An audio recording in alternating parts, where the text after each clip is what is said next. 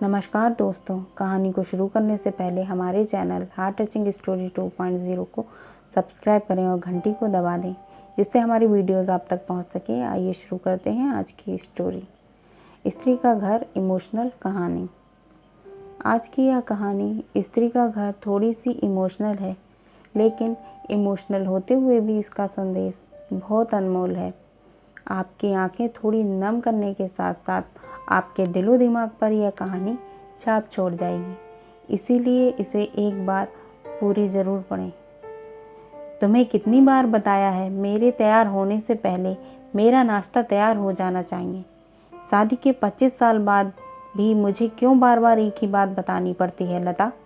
तुम्हें क्या है, तुम तो आराम से घर पर रहोगी, मुझे काम पर जाना पड़ता है।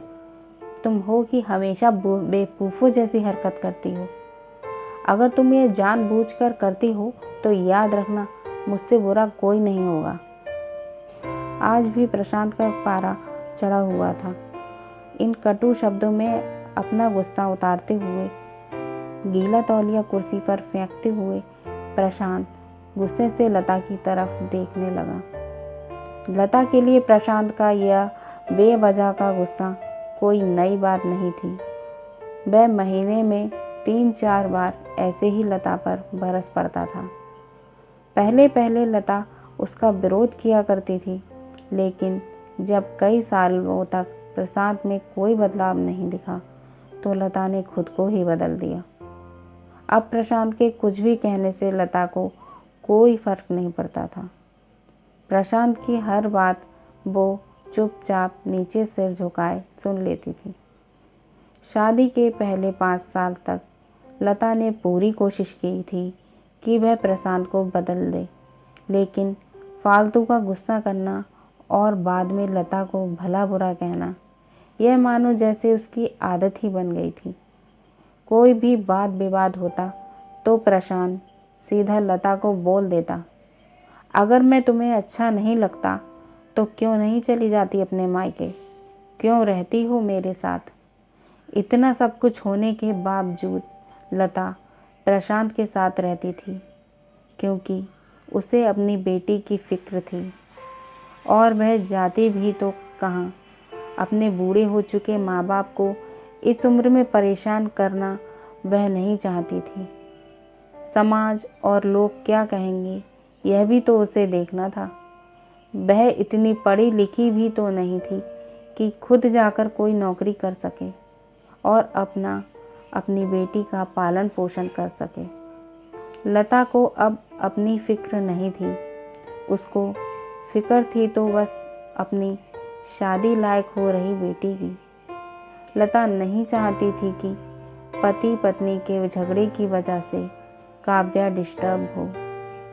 काव्या की पढ़ाई पूरी हो चुकी थी, उसके लिए अब शादी के रिश्ते आने लगे थे। कई रिश्तों को काव्या ठुकरा चुकी थी। 2-3 महीने बाद एक अच्छा रिश्ता आया। रिश्तेदारों और पहचान के लोगों ने भी लड़के के बहुत गुणगान किए थे। प्रशांत एक शाम अपनी बेटी के पास बैठकर उसे बताने लगा, काव्या बहुत अच्छा लड़का है, पढ़ा लिखा है, बड़ा घर है, बहुत अच्छी नौकरी है। ऐसे रिश्ते बार बार नहीं आते बेटा, इस बार मना मत करना। काव्या अपने पिता से ज़्यादा बात नहीं करती थी, शायद डरती थी या शायद नफरत करती थी, लेकिन आज वो अपनी पूरी हिम्मत इकट्ठा कर बोली, मुझे अभी शादी नहीं करना है पापा, मैं नौकरी करना चाहती हूँ, खुद अपने पैरों पर खड़ी होना चाहती हूँ। हाँ तो उसमें क्या बड़ी बात है, मैंने लड़के से बात की है, वह तुम्हें किसी बात के लिए नहीं रोकेगा। तुम शादी के बाद भी नौकरी कर सकती हो, वह तुम्हें नौकरी के लिए परमिशन दे देगा। प्रशांत बोला, मेरा नौकरी करना या ना करना उसकी परमिशन पर क्यों डिपेंड रहेगा पापा? काव्या ने पूछा। मैं कह रहा हूँ ना, तुम्हें किसी भी चीज़ की कमी नहीं होगी वहाँ। ऐसे रिश्ते बार बार नहीं आते, इसे ठुकरा मत, बहुत खुश रहोगी तुम वहाँ। प्रशांत बोला, पापा मैं उतनी ही खुश रहूँगी जितनी मम्मी इस घर में खुश हैं, काव्या ने तंज कसते हुए कहा। प्रशांत गुस्से से आंखें बड़ी करते हुए बोला, आज तुम्हारी जबान कुछ ज़्यादा नहीं चल रही?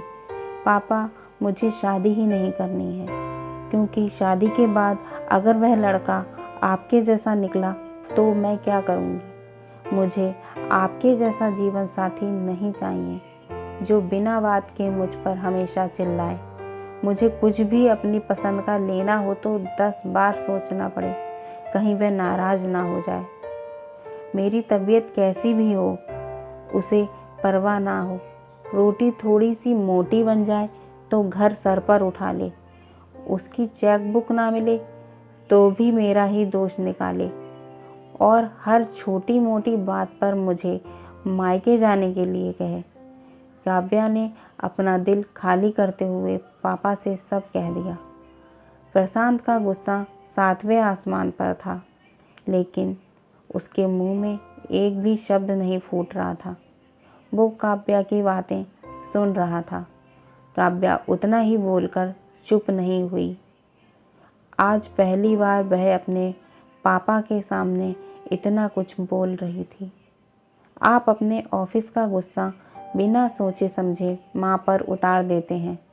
कभी इस बात की परवाह भी नहीं करते कि उन्हें कैसा लगता होगा। आपकी बातें सुन सुन माँ ने अपना स्वाभिमान खो दिया। प्रशांत आज पहली बार अपने किए बर्तावों को महसूस कर पा रहा था। वो इतना ही बोल पाया, जो तुम्हारा मन है वो करो, मैं इतना बुरा हूँ ना? काव्या ने प्रशांत का हाथ पकड़ा और बोली, पापा, मुझे सिर्फ एक सवाल का जवाब दे दो। क्या आप चाहेंगे कि मेरा पति आपके जैसा हो? अगर आपका जवाब हाँ है तो कर दीजिए मेरा रिश्ता आज ही, और ना है तो मुझे आत्मनिर्भर बनने दीजिए। प्रशांत कुछ भी ना बोल पाया और वहाँ से चुपचाप बाहर चला गया। आज उसे लता के सामने जाने में शर्म आ रही थी। चलते चलते उसकी आंखों से आंसू बह रहे थे। प्रशांत ने आज से अपने आप को बदलने का निश्चय किया। अगले दिन से लता ने अपने पति में काफ़ी बदलाव देखा। वह सोचने लगी कि जो हिम्मत काव्या ने दिखाई है, वह हिम्मत अगर मैं पहले ही दिखा देती तो शायद आज परिस्थिति कुछ और होती। अब काव्या पढ़ लिख कर अच्छी नौकरी करने लगी थी और 3 साल बाद उसके लिए एक अच्छा रिश्ता आया। और उसकी विदाई पर प्रशांत बोला, बेटा, तू हमेशा खुश रहेगी, क्योंकि तेरा पति तेरे बाप जैसा नहीं है। प्रशांत की यह बात सुनकर लता और काव्या की आंखों से आंसू बहने लगे। दोस्तों, हमारे समाज में औरतों को भले ही देवी का दर्जा दिया जाता है, लेकिन वह स्वतंत्रता नहीं दी जाती जो उन्हें देनी चाहिए। उन्हें बचपन से ही बताया जाता है कि वह पराया धन है। स्कूल से आने में देर हो जाए तो पिटाई मिलती है। मोबाइल पर बात करते हुए दिख जाए या खिड़की से झांकते हुए दिख जाए तो शक किया जाता है। माँ बाप का घर तुम्हारा नहीं है, पति का घर ही तुम्हारा घर है।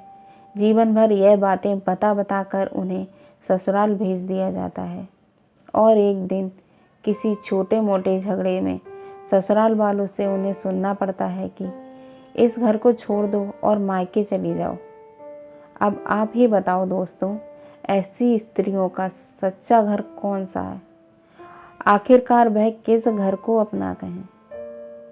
हमेशा की तरह पूरी कहानी पढ़ने के लिए आपको धन्यवाद। दोस्तों, उम्मीद है यह कहानी आपके दिल को छू गई होगी। अगर पसंद आई हो तो वीडियो को लाइक कीजिए और चैनल को सब्सक्राइब करें और अपने दोस्तों के साथ शेयर ज़रूर करें। धन्यवाद।